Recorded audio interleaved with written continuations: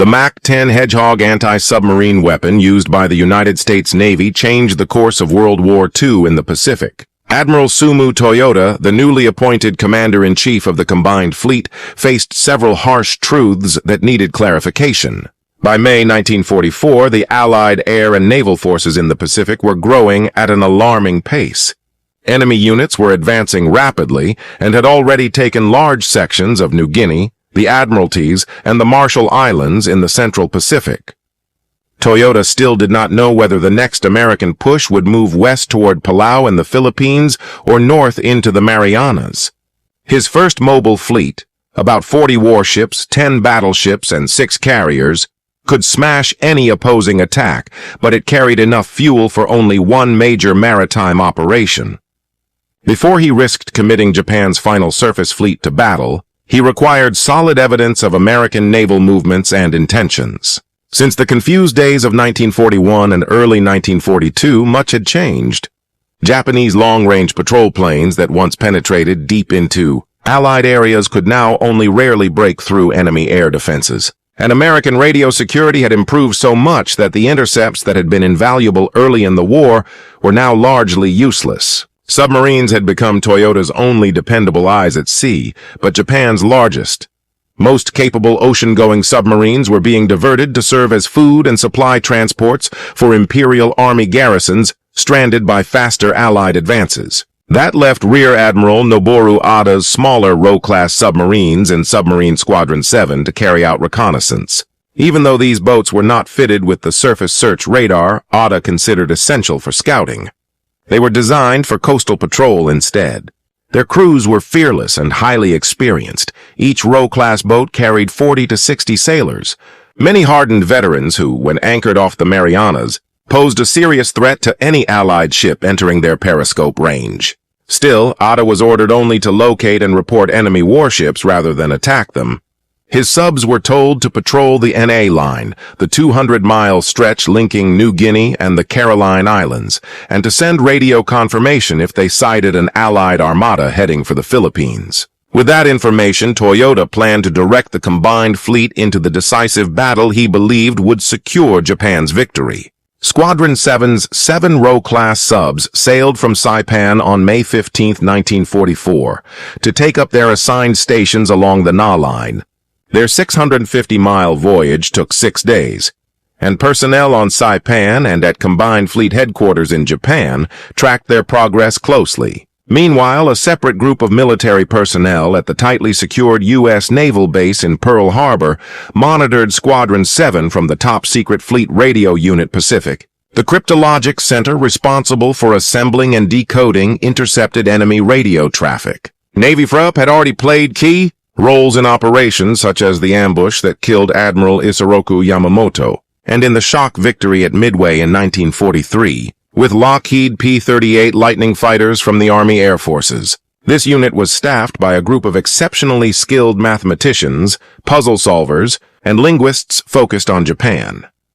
On May 13, 1944, a routine radio transmission set off a sequence of events that would reshape anti-submarine warfare history. Captain Lieutenant Sander Yoshitaka Tucci of Fleet Sub I-16 sent a short coded message. American intercept operators picked up and decoded enough of Tucci's traffic for analysts at Fleet Radio Unit Pacific to deduce that I-16 was scheduled to arrive at Buon on May 20, carrying supplies for the garrison bypassed at Buen on the southwest tip of Bougainville. That fragment of intercepted traffic let FRAP estimate both the submarine's timing and its likely route. Once Admiral Oda's message was read and processed, William F. Halsey's 3rd Fleet headquarters in Pearl Harbor was notified, but this intelligence was extremely time-sensitive and required immediate action. Weather, mechanical faults, or unpredictable sea conditions could easily shift I-16's progress, and knowing an enemy sub's approximate position did not guarantee the U.S. Navy could find and sink it in time. Fortunately for the Allies, a small anti-submarine force of destroyer escorts was nearby off Purvis Bay, Florida Island, in the Southern Solomons, ready to receive orders. The group, USS England, DE-635, USS George, DE-697, and USS Raby, DE-698, were newly commissioned Buckley-class DEs on their first combat patrol as Escort Division 39. Few sailors aboard those three ships had combat experience. Prior to this, they had mostly escorted convoys, but the coming days would harden them into battle-tested crews. On May 18th, 3rd Fleet transmitted the submarine's estimated position and instructed Escort Division 39 to intercept a Japanese boat thought to be steaming to resupply the Buin garrison at Buon, warning that the contact was believed to be approaching from the north and should arrive near 1400 hours on May 20th, with best wishes for the hunt. Each Buckley-class destroyer escort measured about 306 feet in length with a 36-foot beam and displaced 1,140 tons fully loaded. Twin General electric turbo-electric drives propelled them to roughly 24 knots and gave them a cruising radius exceeding 5,000 miles. A typical complement was about 198 enlisted men and 15 officers. Their search for submarines relied on electronic detection gear. Surface search radar located ships, air search radar detected aerial threats, and the TS-1 sonar, sending powerful acoustic pulses or pings into the sea, served as the DE's primary underwater sensor, with trained sound operators interpreting the returning echoes to judge range and bearing of contacts. The Buckleys were well armed too, 3 3-inch 50 caliber deck guns, 2 forward, 1 aft, quad-mounted 1.1-inch anti-aircraft guns and 20mm Oerlikons, a fantail battery of depth-charge projectors that could blanket a diving submarine with a pattern of charges each carrying up to 600 pounds of explosives, 3 21-inch torpedoes and a triple-tube launcher for surface targets, and a new and deadly anti-sub weapon, the British-designed M10 Hedgehog. The Hedgehog spigot mortar, newly introduced in the Pacific and fitted on all 3 DEs of Escort Division 39, fired a pattern of 24 contact-fused, 24-pound bombs to fall in a circular spread up to about 270 yards ahead of the ship. Unlike depth charges, these projectiles detonated only on direct impact, and they could be offset slightly left or right of the ship's centerline for precision attacks. By 1944, Japanese submarine commanders had become adept at evading indiscriminately dropped depth charges. But Hedgehog-equipped DEs with sonar tracking could follow a contact through the attack run and greatly increase the chance of scoring a hit. Successful anti-sub warfare demanded flawless teamwork. Soundmen, Hedgehog crews, and engine room personnel all had to operate in tight coordination. So relentless training had become central to Escort Division 39's readiness. USS England, named for Ensign John C. England, who died at Pearl Harbor, had gained a reputation as a demanding ship since her December 1943 commissioning. Her sailors drilled constantly on maintenance, ship handling, and weapons proficiency because they understood the stakes. Against a Japanese submarine defeat could mean a brutal, isolated death at sea. Steering that drive for excellence was an unusual taskmaster. The ship's executive officer, Lieutenant John A. Williamson, a 26-year-old from Birmingham, Alabama, who had been commissioned as a reserve lieutenant in 1940. Williamson had cut his teeth in the North Atlantic aboard the destroyer Livermore during the height of the U-boat campaign. While the United States was still officially neutral, American warships on patrol routinely escorted convoys to and from Britain, and during 9 months of escort duty, Williamson witnessed firsthand the grim toll German submarines were taking on Allied merchantmen. After that tour, he taught at the Subchaser School in Miami, training the next generation of sonar operators, then commanded a wooden-hulled patrol boat along the East Coast, until orders sent him to join USS England for service in the Pacific. As England's executive officer, he brought a rare combination of technical skill, combat experience, and a drive for perfection. Her captain, Lieutenant Walton B. Pendleton, a middle-aged career officer with a somewhat detached command style, recognized Williamson's strengths and issued few directives, giving him broad authority to prepare the ship for wartime duty. The partnership worked.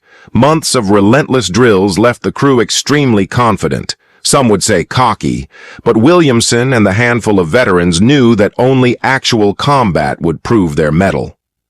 On the evening of May 18, 1944, the destroyer escorts of Escort Division 39 put to sea to hunt I-16. USS England, USS George, and USS Raby steamed under tactical direction, and by midday the three ships were running northwest of Busan in a line spaced roughly 4,000 yards apart, their sonars methodically sweeping the ocean.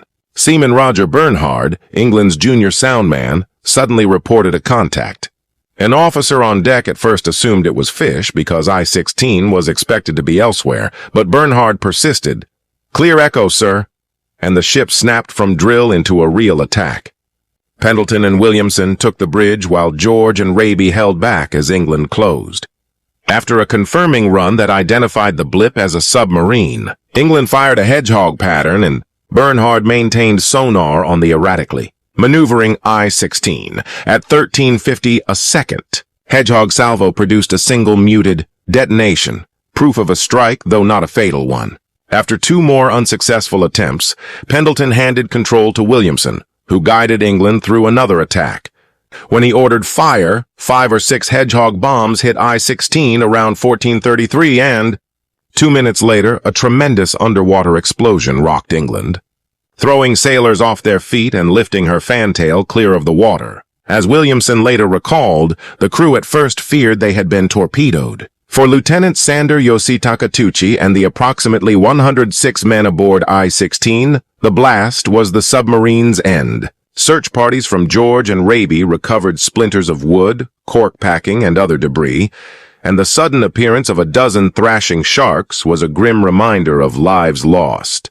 When sailors hauled up a 75-pound sack of rice, Commander Haynes became convinced the escorts had destroyed a Japanese supply submarine. Through the night, England, George and Raby held station, while an oil slick some 3 miles wide and 6 miles long marked I-16's last position. Escort Division 39 was not the only Allied force searching the sector. U.S. patrol aircraft swept into the waters where Admiral Otta had posted his picket line of 7 Roe-class submarines, and on May 17th, one plane radioed a sighting of Roe 104 at the northern edge of that track. Japanese signal intelligence could intercept plane radio calls like that, though they were less adept at cryptanalysis than their American counterparts. Once Otta realized his picket had been spotted, he sent coded orders directing Squadron 7's boats to shift 60 miles west. Fleet Radio Unit Pacific recorded the messages, and Pearl Harbor cryptanalysts broke the traffic quickly. Within 48 hours, they had pinpointed the exact positions of each submarine. A messenger rushed the decoded coordinates along the NA line to Admiral Halsey so the fleet could act at once, and Escort Division 39 was ideally placed to intercept the rowboats.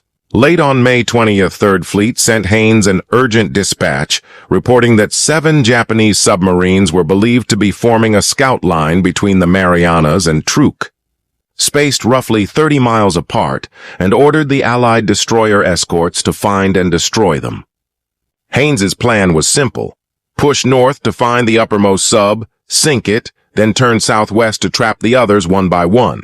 Doing so required him to cross from Admiral Nimitz's Pacific area into General MacArthur's Southwest Pacific Zone, something permitted when pursuing enemy units. In the pre-dawn hours of May 22nd, a George radar operator picked up a surface contact about 14,000 yards off her starboard bow that looked like a submarine, and the 3 DEs sped up to flank speed to try to overtake the target. Lieutenant Uda, commanding Row 100, glimpsed George's searchlight sweep across his conning tower, but before he could bring deck guns or torpedoes to bear, the submarine crash-dived while her sister ship tried to maintain sonar contact. England and Raby maneuvered in a holding pattern.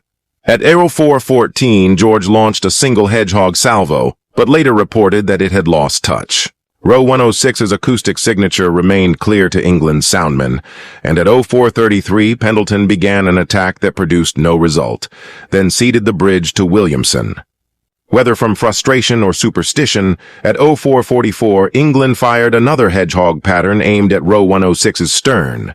Several projectiles detonated 275 feet below within 18 seconds, and Row 106 and her 49-man crew were destroyed in a massive deep-water blast. Observers on George soon detected an oil slick and bits of floating timber near the attack site. convincing the flotilla that Row 106 had been eliminated. So the hunters steamed toward the position of Row 104, commanded by Lieutenant Hiroshi Abe, hoping to catch up with her by dusk. As evening fell, the three-killer group widened formation to 16,000 yards apart to improve surface visibility, a tactic that paid off on the morning of May 23rd, when Rabi reported a radar contact at bearing 085 degrees about 8,000 yards out. Row 104 evaded Rabi's deck guns by diving when its electronic receiver warned of the radar sweep, but sonar contact allowed the DEs to prosecute the chase. The submarine danced away, dodging 4 attacks from George and 3 Hedgehog patterns from Rabi by varying speed, heading, and depth, even sending pings on the American frequency to create confusion. After nearly 2 hours of fruitless attempts, a clearly exasperated Haynes ordered Rabi and George to stand down and make way for England, the small but deadly ship that would deliver the finishing blows. Pendleton again handed tactical command to Williamson, and at 0834 England fired a full Hedgehog pattern under his direction. After about 14 seconds, the soundman reported a dozen impacts, followed by the familiar catastrophic underwater concussion that signaled a submarine breaking up with her crew aboard. At Haynes's request, England then dropped 13 depth charges to ensure destruction. Over the next hours, an expanding oil slick and floating wreckage confirmed the kill. Planks stamped with Japanese characters, small deck timbers and cork stoppers surfaced, and circling sharks provided a sobering sign of lives lost.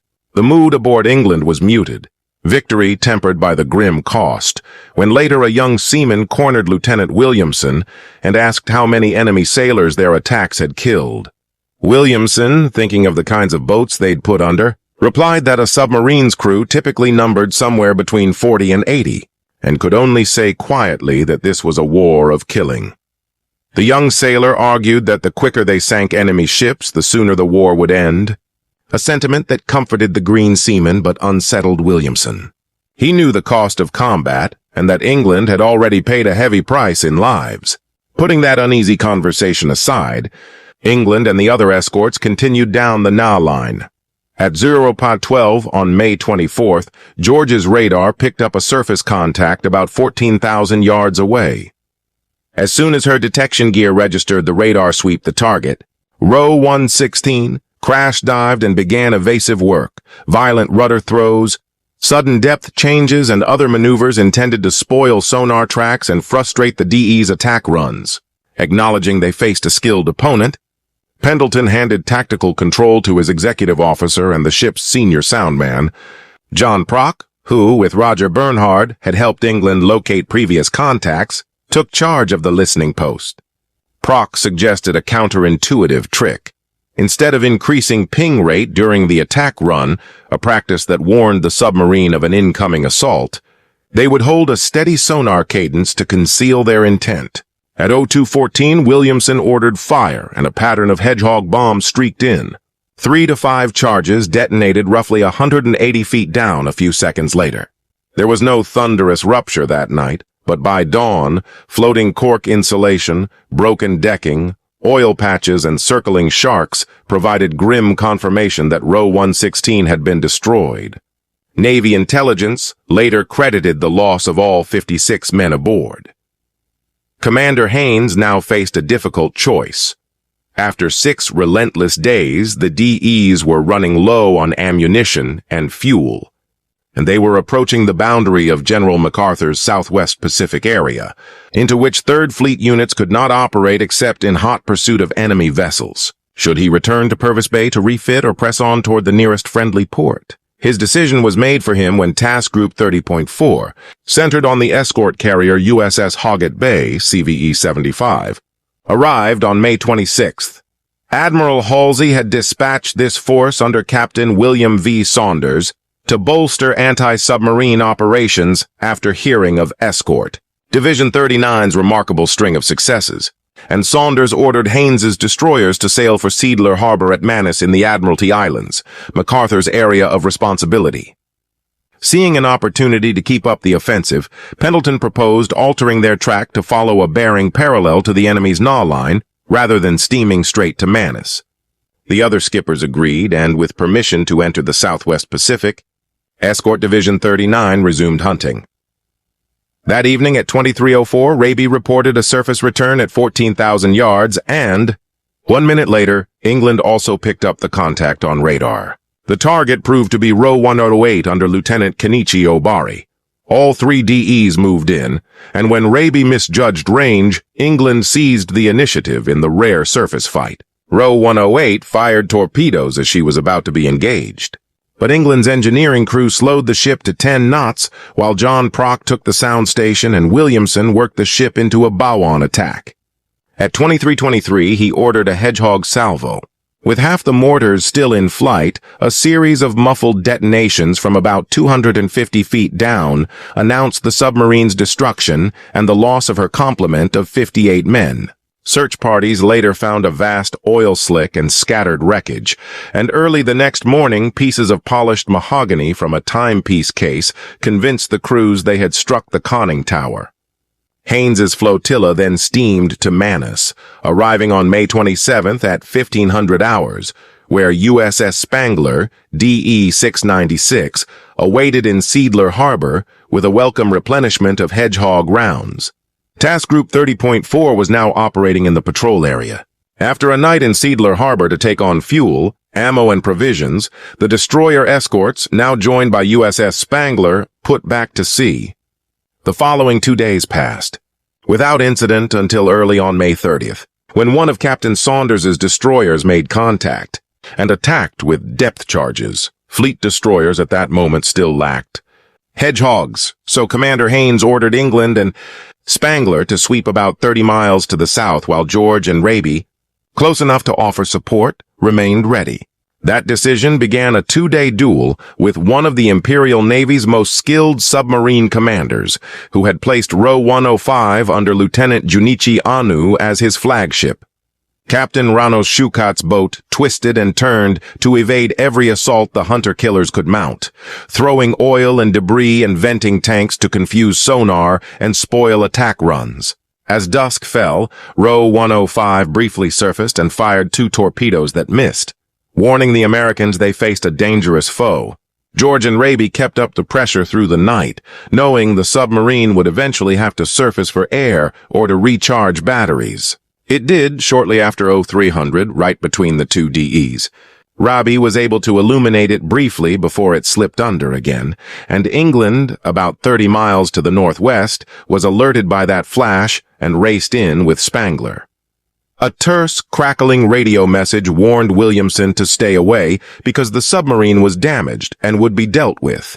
So Haynes prudently held England and Spangler at 5,000 yards while George and Raby continued to hold sonar contact.